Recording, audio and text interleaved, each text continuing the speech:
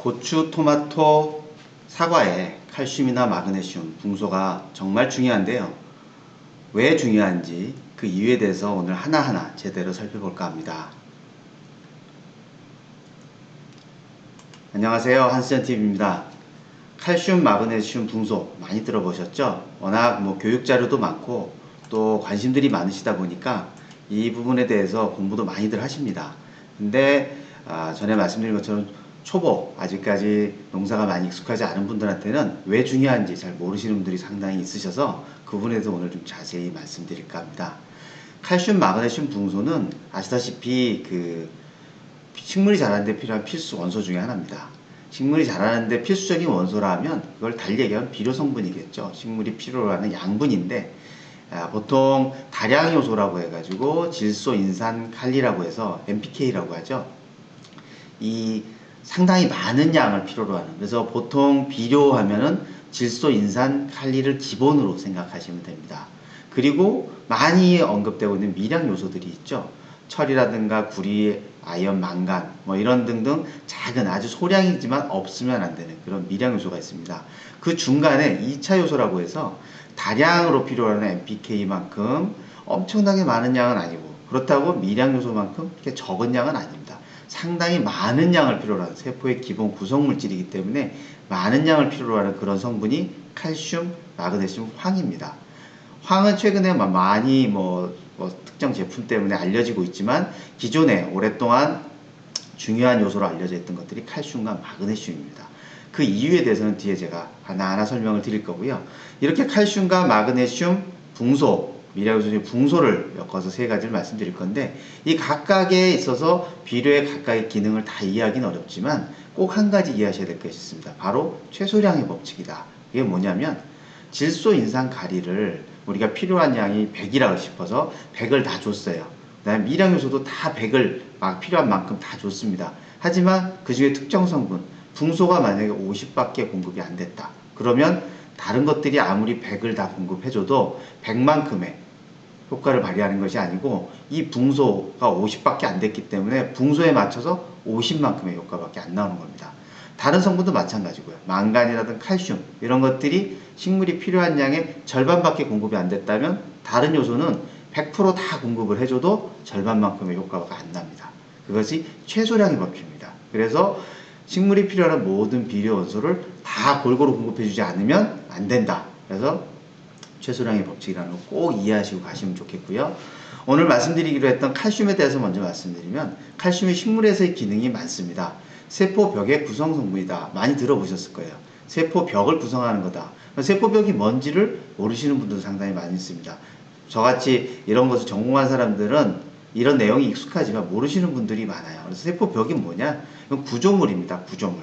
그래서 약하면 작아지고 물러지고 썩고, 예를 들어 집을 기준으로 하면 집에 벽 있죠? 벽, 콘크리트나 또는 벽돌로 쌓아 올려놓은 벽. 그 벽을 구성하는 그 벽돌 같은 것이 칼슘이라고 보시면 됩니다. 그래서 이 구조물은 약하면 어떻게 됐습니까? 방이 무너지고 집이 무너지겠죠. 그래서 물러지고 썩는 그런 이유가 됩니다. 이것만이 아니고 칼슘이 더 중요한 이유는 세포막의 기능입니다. 세포막은 또 뭐냐라고 하면 어떻게 보면 벽 구조물 안쪽에 있는 우리가 단열재 같은 그런 효과라고 보면 돼요. 또는 욕실 바닥에 하고 있는 방수제 같은 그런 효과를 받은 막의 기능입니다. 막은 뭐냐면 투과성에 관여한다라고 되어 있어요. 투과성이 뭐냐? 우리가 비닐봉지 이렇게 담아서 비닐봉지에 물을 넣어놓으면 물이 새지 않죠.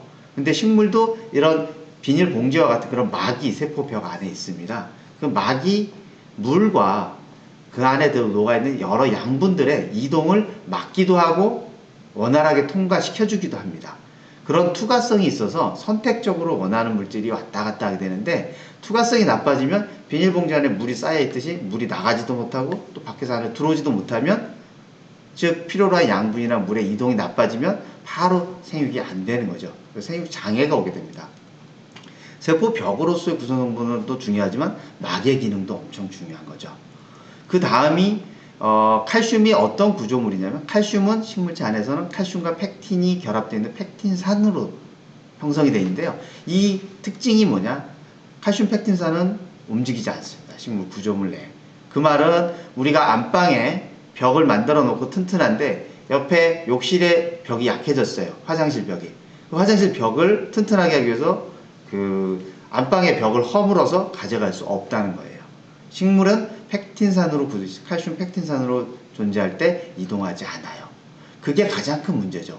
그래서 식물에서 칼슘이 부족하게 되면 가장 큰 문제가 생기는 게 칼슘이 잘 움직이지 않는다. 식물체 안에서 이동하지 않고 또 칼슘 이온 상태로 흡수된 그 칼슘도 이동이 상당히 어렵습니다. 잘 안 움직여요. 그게 가장 결핍의 원인이 되는 겁니다. 그래서 결핍 증상은 주로 새로운 조직, 새로 만들어진 조직, 증산작용이 부족한 이 부분이 또 중요한데요. 증상이 잘 일어나지 않는 부분에 발생합니다. 그 이유는 칼슘을 뿌리로부터 흡수하겠죠. 또는 잎으로 옆면십에서 받겠지만 증산작용에 의해서 칼슘도 이동을 합니다. 증산작용에 의해서 물에 녹아서 움직이기 때문에 증산작용이 잘 일어나지 않는 곳으로는 칼슘이 가질 않아요. 그래서 새로 난 잎이나 새 뿌리, 그 다음에 맨 끝에 과실의 끝 이런 데 많이 나타나고 증산작용이 부족한 곳이 또 한 군데가 어디냐면 캐노피 안쪽이라고 제가 표현했는데 이게 참 어려운 표현입니다. 그 토마토를 예를 들면 토마토가 그 무성하게 이게 자라고 있으면 위에도 과실이 달고 잎이 있지만 중간 옆에도 안쪽에도 잎이 있고 과실이 달리게 됩니다. 그럼 중간의 안쪽은 햇빛을 바로 받을지 못해요. 그리고 안쪽에 있다 보니까 바람이 이렇게 이동을 잘 못해요. 그러면 그 안에 잎 주변은 옆에는 하우스 안의 상대 습도가 60%나 70%로 좀 좋은 상태라 하더라도 잎 주변은 90% 많게는 물이 맺힐 만큼 상대 습도가 100%가 될 수도 있어요. 그런 경우에는 바람도 안 통하고 햇빛도 잘 안 오고 그러고 이동을 잘 안 되기 때문에 그 안에 상대 습도가 높아서 증산작용에서 기체로 수분을 달려보내지 못합니다. 증산작용이 일어나지 않으면 칼슘이 가질 않아요. 그래서 생육이 나빠지고 잎이 뒤틀리고 괴사, 죽는다는 거죠. 죽는 증상이 나타나고 줄기 끝에 생장점이 죽어요. 그 다음에 과실이 물러지기도 하고 또 벽이 약하면 나중에 생육이 커지다 보면 물은 많이 들어오고 과즙이 많이 모이다 보면 터져버리죠. 열과예요. 이런 문제들이 많이 생깁니다. 그래서 과거에는 토마토의 배꼽이 썩는다는 병이나 사과의 고두의 병이라고 해서 이런 병 이름으로 했었어요. 근데 이게 병이 아니고 칼슘 결핍에 의한 생리장애인 거죠. 과거에 모를 때 이걸 병으로 생각했던 겁니다.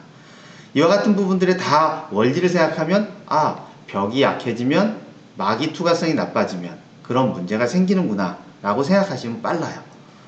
그 두 번째로 오늘 말씀드릴 게 마그네슘인데요.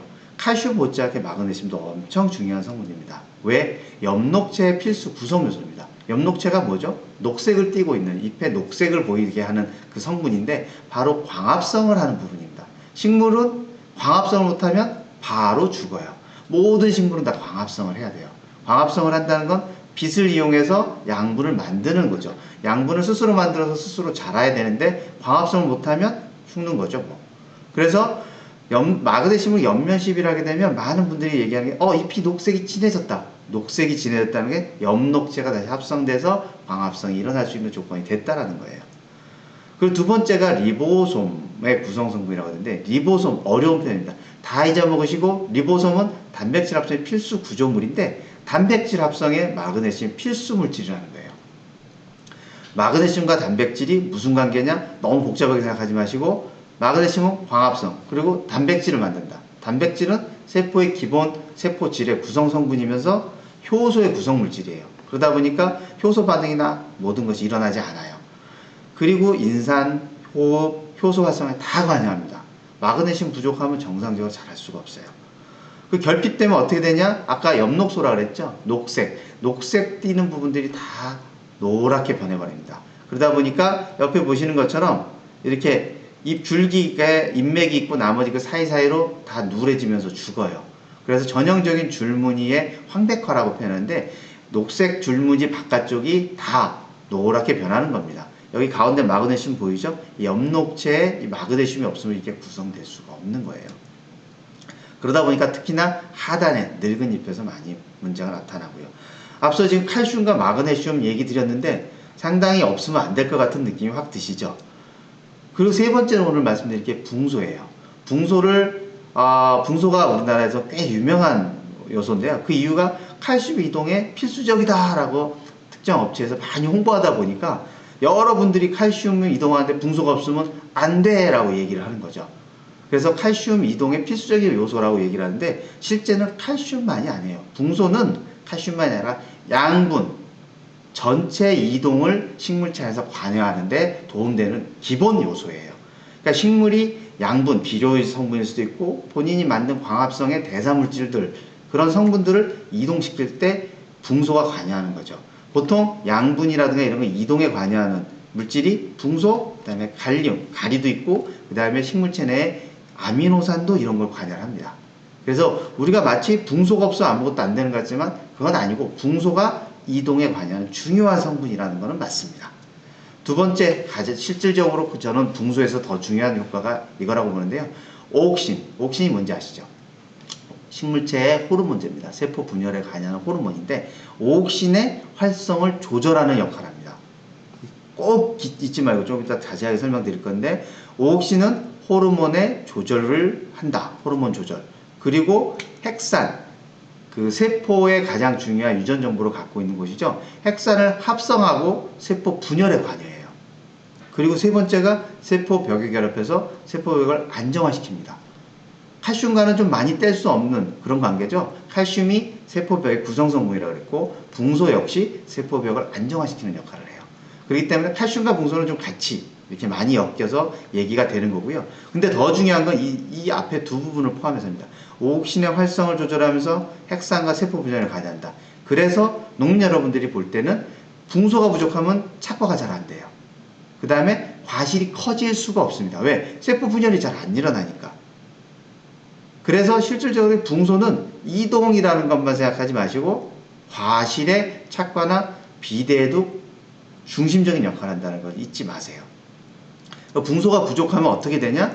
다 기형과가 되거나 코르크화 된다든가 세포벽이 깨지거나 어린 잎이 까맣게 죽거나 가장 대표적인 대사 이동, 즉 칼슘을 포함해서 흡수라든가 이동이 거의 안 됩니다. 그러니까 우리가 지금까지 과실이 기형과가 생겼네, 이렇게 코르크가 생겼네, 이런 것들이 왜 생겼지? 자, 이해 못했는데 그 부분에 가장 큰 이유 중에 하나가 붕소 결핍도 있을 수 있어요. 물론 최근에 칼슘이라는 것에 이동이라든가 이런 것들이 많이 관심이 갖다 보니까 붕소가 과잉될 정도로 많이 쓰시는 분들도 있습니다. 하지만 결핍 때문에 이런 문제도 같이 있기 때문에 붕소도 반드시 같이 공급돼야 되는 그런 물질이겠죠. 그래서 이걸 다 모아보면 역할은 체내 이동부터 시작해서 광합성, 합성, 세포벽, 세포막, 옥신의 조절이나 핵산합성, 세포 분열 많은 기능을 해요. 이거 다 다시 듣고 나서 또 까먹으시는 분들이 있으세요. 근데 역할을 모아보면 왜 중요하냐? 양분을 흡수하고 광합성을 하고 양분을 저장해서 이동시켜주고 그 결과로 과실이 커지고 세포 분열이 제대로 돼야 과실이 커지고 당분이 많이 쌓여야 커지고 결과적으로 과실의 품질이 좋아지는 겁니다. 그래서 중요한 이유는 이러한 하나하나를 이해하시기는 어려우니 결과적으로 보면 흡수, 광합성, 이동, 저장, 과실의 품질 여기에 직접적인 관여되는 물질들이 이거죠. 그래서 질소인산 가리 외에 그 다음으로 가장 중요한 걸 뽑으라면 칼슘, 마그네슘, 붕소가 될 것 같습니다. 그럼 어떻게 공급하냐? 당연히 기비로, 밑비료를 충분히 주셔야 되고요. 관주시설이 다 돼 있으니까 요새는 옆면 시비를 하시는 거 외에 꾸준히 그 수용성 비료를 정기적으로 관주해 주시면 됩니다. 그런데 옆면 시비를 통해서도 공급 가능한 방법을 찾으셔서 잎에 직접 공급해 주시는 것도 도움이 되죠. 예, 오늘 그 칼슘, 마그네슘, 붕소에 대해서 자세하게 좀 말씀드렸습니다. 네,